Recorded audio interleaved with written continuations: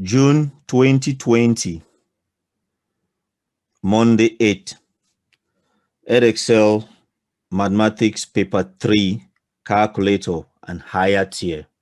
There's a higher tier Paper 3, and it's for 1 hour 30 minutes.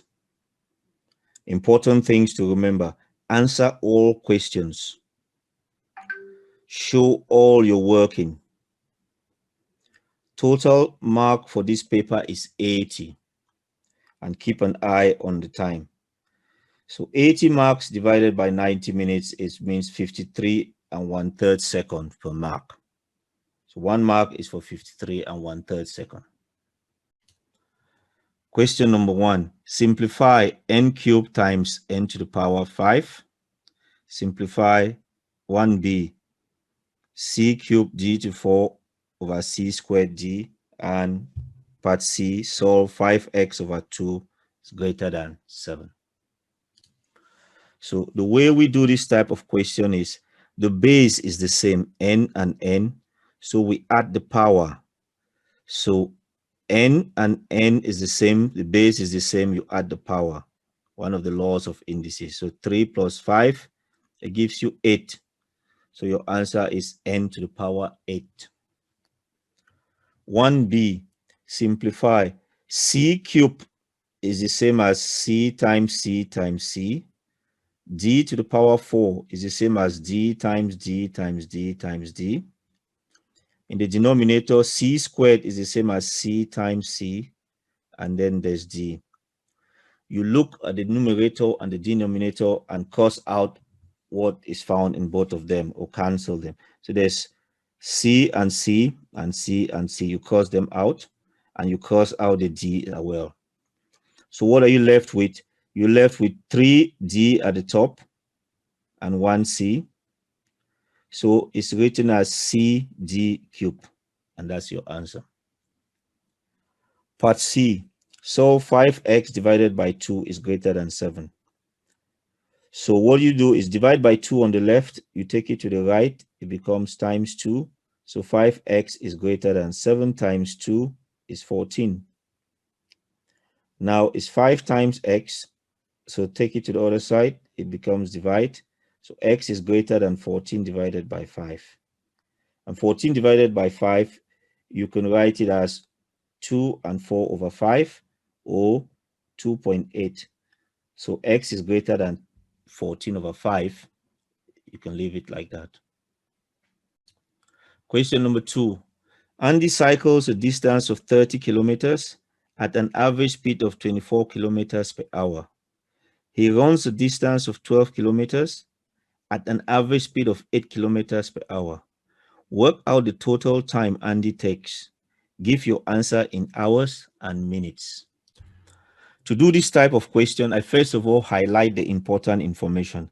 I highlight the 30 kilometers and the 24 kilometers per hour, which is the speed. I highlight the distance of 12 kilometers, and I highlight the speed of 8 kilometers per hour. And I highlight the total time which we have to work out, and we give the answer in hours and minutes. I highlight that as well. On the right hand side, I've given you some formula which you must remember. This formula: speed is distance divided by time. So if you remember the first triangle, you can cover it to work out the other ones. So the way I memorize speed is distance divided by time. I could say S for sausages, D for don't, T for talk. So it's something mnemonic, something which is funny. Sausages don't talk. That's how I remember it. Or you draw the triangle as it is. So for the cycling, doing the cycles, the time. To work out the time, you cover T is distance divided by speed. The distance is 30. The speed is 24. So 30 divided by 24 is 1.25 hours. Doing the running, time is distance divided by speed. The distance is 12 kilometers and the speed is 8 kilometers per hour. So 12 divided by 8 is 1.5 hours. Now you want to find the sum of their 2 times. So we add 1.25 plus 1.5. 1.25 plus 1.5. It gives you 2.75 hours. Or is 165 minutes. Because if you multiply 0.75 times 60, it gives you 45 minutes. So it is 2 hours and 45 minutes, because they want your answer in hours and minutes. Question number 3. A number m is rounded to 1 decimal place. The result is 9.4. Complete the error interval for m. So if we have 9.4 in the middle, you ask yourself, what numbers can you round to get 9.4? It's 9.4 to 1 decimal place. So you want a number which is to 2 decimal place. You want something to 2 decimal place. So you can round 9.35 to 9.4. Because if you put a line after the 3, this 5, you change it to 1 and add it to 3, becomes 4. So 9.35, you can round it to 4. On the other side, what can you round to 9.4? You can round 9.4444 carried on, but by convention, we just write it as 9.45. So we can say 9.499999. You just write 9.45. You can round it to 4. So what you can say is 9.35, you can round it to 9.4. And you notice the sign less than or equals to. That means it includes the 9.35. And then when you round it, it's less than 9.45, because it is 9.45 would round to 9.5. So it is a number which is below 9.45. It's 9.49999 carries on. So that's why we have this sign less than. It is not 9.45. So you write it as 9.35 less than or equals to 9.45. That means it includes 9.35, but does not include 9.45. It includes a number just below 9.45. Question number 4. Maisie knows that she needs 3 kilograms of grass seed to make a rectangular lawn 5 meters by 9 meters. Grass seed is sold in 2 kilogram boxes. Maisie wants to make a rectangular lawn 10 meters by 14 meters. She has 5 boxes of grass seed. Has Maisie got enough grass seed to make a lawn 10 meter by 14 meter? You must show all your working.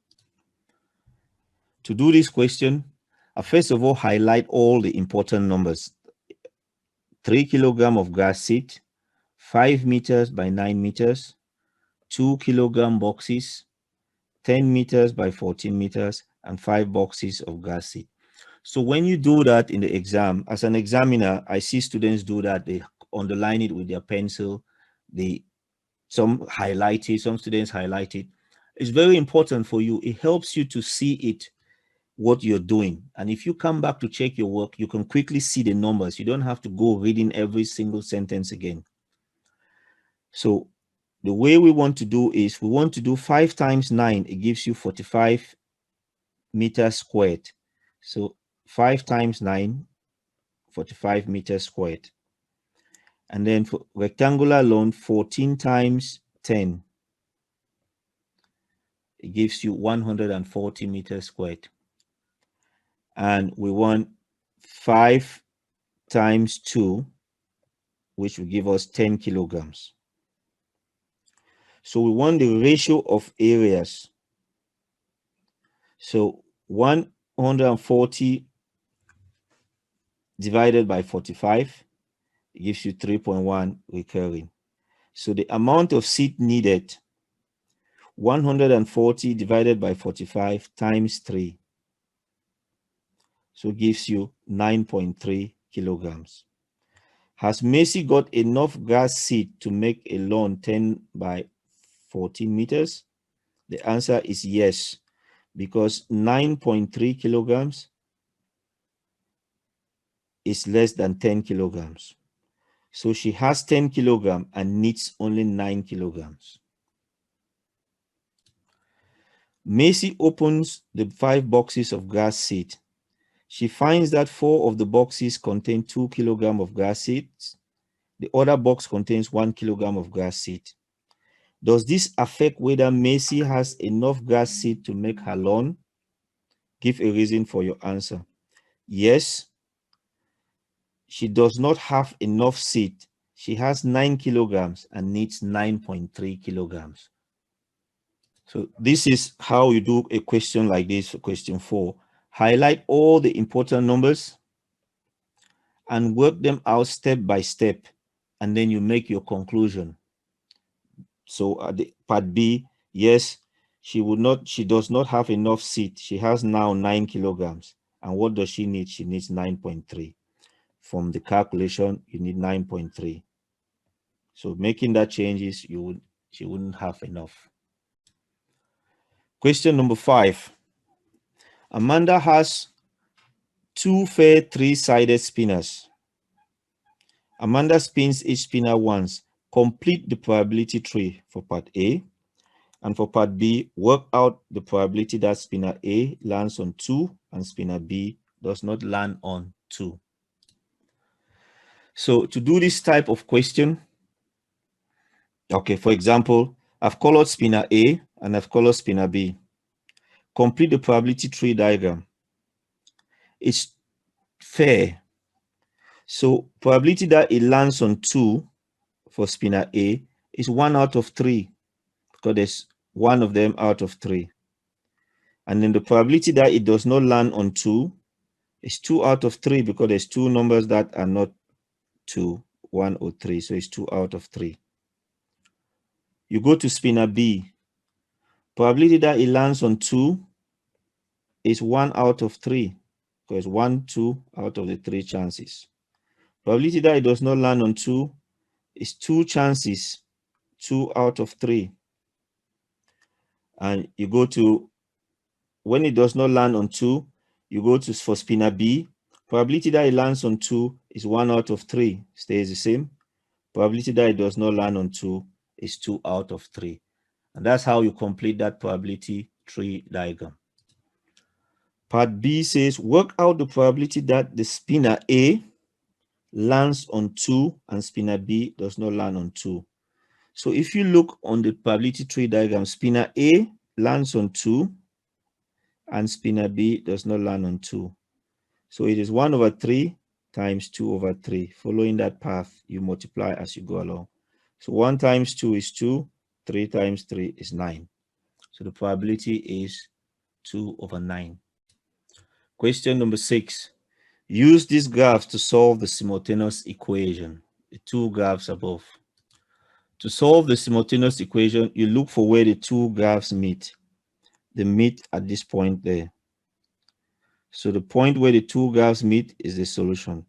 So that point there is minus 2, and you go up 4. So that point is minus 2, 4.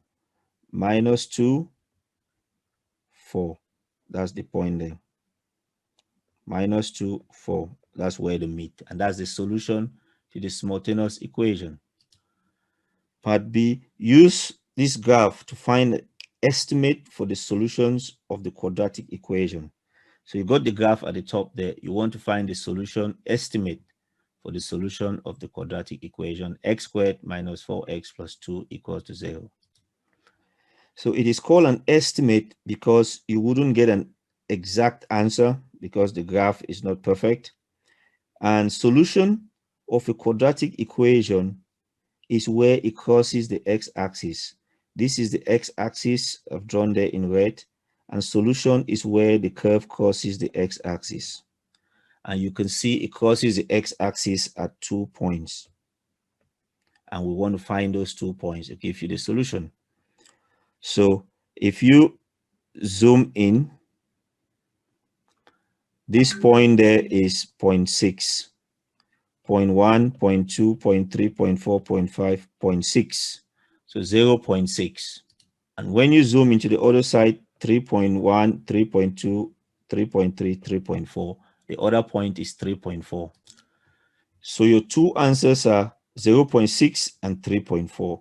And it would be an estimate because you might not have the opportunity to be able to zoom in the exams. So you would read it as close as you can, and you have a range where if the answer has to be in it for you to get the mark. So as an examiner, they would give you a couple of decimal places where you can get a range for the answers because you wouldn't be able to zoom in to see the exact value as I've done. Question number 7.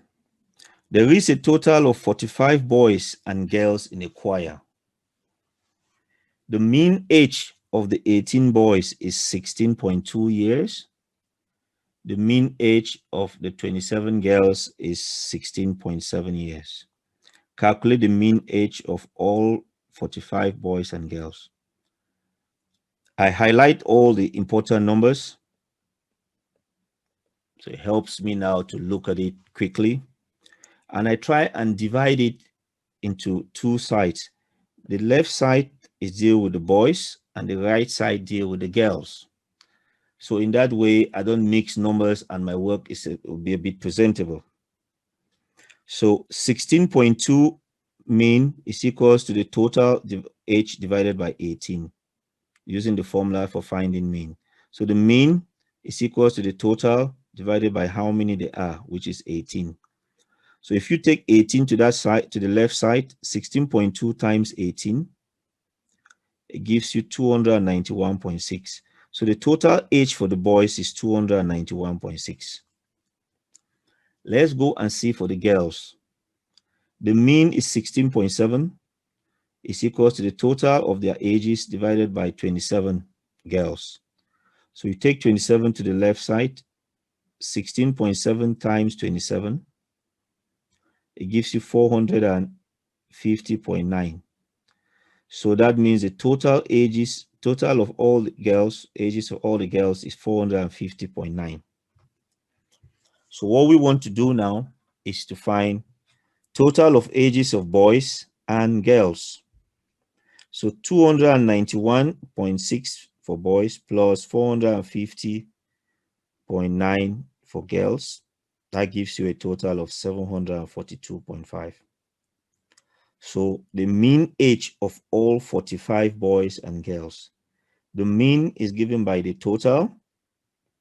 That means the total number of boys and girls age divided by how many boys and girls are in the school, which is 45. So 742.5 divided by 45, it gives you 16.5 years. There are some counters in the back. The counters are blue or green or red or yellow. The table shows the probabilities that the counter taken at random from the back will be blue or will be green. So color and probability. Probability of blue is 0.32. Probability of green is 0.20. Probability of red and yellow, we don't know. But we can call probability of yellow to be X and probability of red to be 5X. The probability that the counter taken at random from the back will be red is 5 times the probability that the counter will be yellow. So if yellow is X, red is 5 times X because the probability of red is 5 times. So if yellow is X, red is 5 times X. There are 300 counters in the back. Work out the number of yellow counters in the back. So we want to subtract from 1 because when you add all of that probability, they should be equals to 1. So 1 minus 0.32 minus 0.20 is 0.48.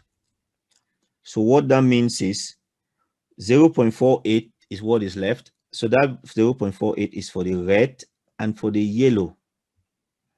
So probability of red plus probability of yellow is that 0.48. But we know red is 5x because it's 5 times. and yellow is x, probability of yellow. So 5x plus x, it gives you 6x. So 6x equals to 0.48. It's times 6. If you take it to that side, it becomes, to the right hand side, becomes divided by 6. So x is 0.48 divided by 6. So x becomes 0.08.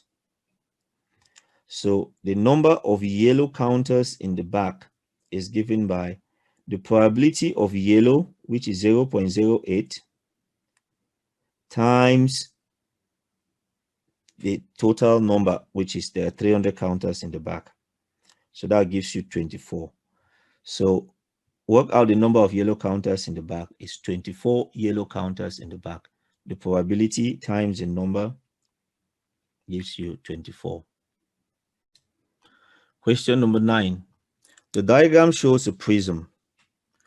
The cross section of the prism has exactly one line of symmetry. Work out the volume of the prism.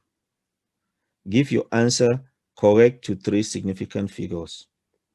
So there are some formulae which I'm going to use. And if you look on the top right hand side, you will see I've got the volume of a triangular prism is half base times height times the length. So the area of the cross section is a triangle times the length. And I'm going to use SOHCAHTOA as well. So I've put those formula there because we're going to use it to do this question.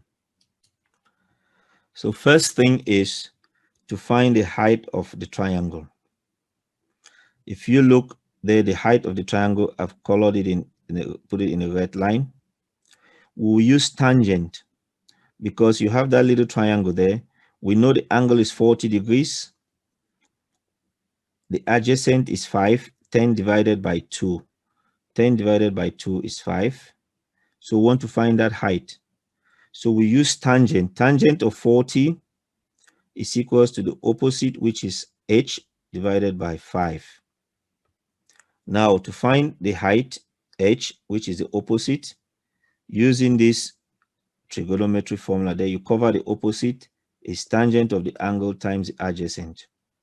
So the tangent of 40 times 5, which is the adjacent, it gives you the height, and that gives you 4.195 as the height of that triangle. So the volume of the prism is the volume of the top part, the yellow part at the top.